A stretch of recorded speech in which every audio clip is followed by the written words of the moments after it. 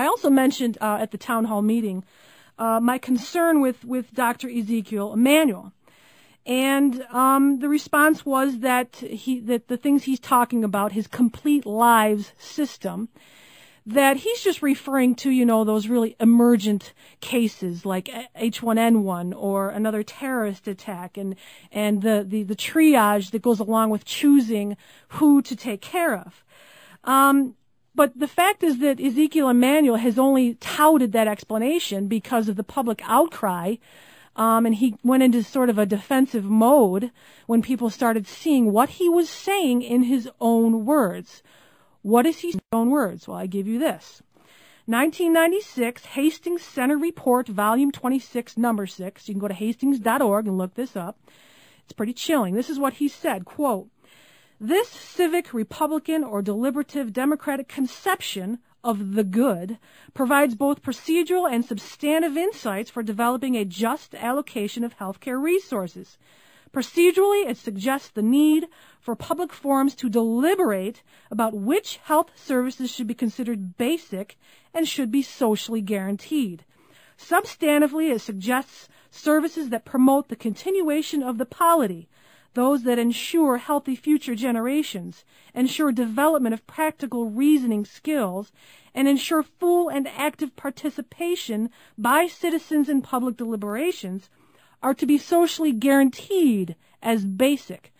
Conversely, services provided to individuals who are irreversibly prevented from being or becoming participating citizens are not basic and should not be guaranteed. An obvious example is not guaranteeing to patients with dementia. A less obvious example is whether or not to guarantee neuropsychological services to ensure children with learning disabilities to learn to read and learn to reason." He is not talking about emergencies here. He is talking about eugenics. Dr. Emanuel is a radical, much like science advisor John Holdren, who in his book entitled Eco-Science, Population Resources and Environment said this, quote, "Population control laws, even laws including compulsory abortion and sterilization, could be sustained under the existing Constitution. No health care reform should be passed in this country whatsoever as long as individuals like these have the president's ear." You're listening to the Amy McManus Show on AM 1480 WLEA. Welcome back to the Amy McManus Show on AM 1480 WLEA. There was a story on Reuters this past week. General Motors said on Sunday it has agreed to set up light commercial vehicle production in China with Chinese automaker FAW, the FAW Group, with a total investment of the equivalent of $293 million. The 50-50 joint venture based in the northeast China city of Changchun in Jilin province will make light-duty trucks and vans. GM said in a statement, quote, "For us in China, this is an important complement to the rest of our portfolio." That's Kevin Whale, President and Managing Director for the China operations. He also said, "We are well established in passenger vehicles and mini commercial vehicles, and we haven't had a presence in the truck segment. A truck portfolio rounds that out." So the government of the United States wants the U.S. automakers to spit out tiny little four-seaters that get great gas mileage, that million, but, you know, it's good for the environment. But China, the biggest polluter in the world, well, they will get some new trucks, our tax dollars at work. Also in Reuters, remember the big bank bailouts? And a congressman told me we had to do it. 84 United States banks have closed this year. 7 months, 84. They're done. Also outside of the U.S., this story comes out of Vancouver News. 6,000 medically necessary surgeries are going to be canceled in Canada. Vancouver patients needing neurosurgery, treatment for vascular diseases, and other medically necessary procedures can expect to wait longer for care. Health critic Adrian Dix said Monday that a Vancouver Coastal Health Authority document shows it is considering chopping more than 6,000 surgeries in an effort to make up for a dramatic budgetary shortfall of $200 million. This is a health authority, but these cuts are coming, Dix said, citing figures gleaned from a leaked executive summary of proposed reductions. The health authority confirmed the document is genuine, but said it represents ideas only. It's just a planning document. It hasn't been approved or implemented, said spokeswoman Anna Marie D'Angelo.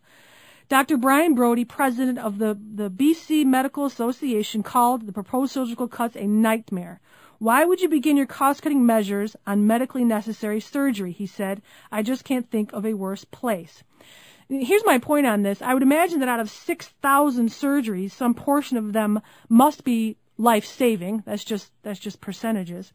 And so some person somewhere, or persons, or some panel, perhaps, is deciding who's going to get this surgery and who's not.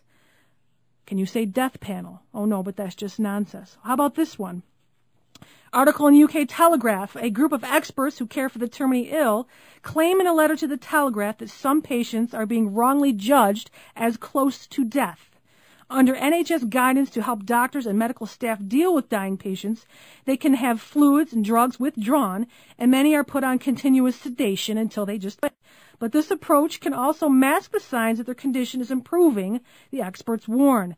As a result, the scheme is causing a, quote, national crisis, unquote, in patient care.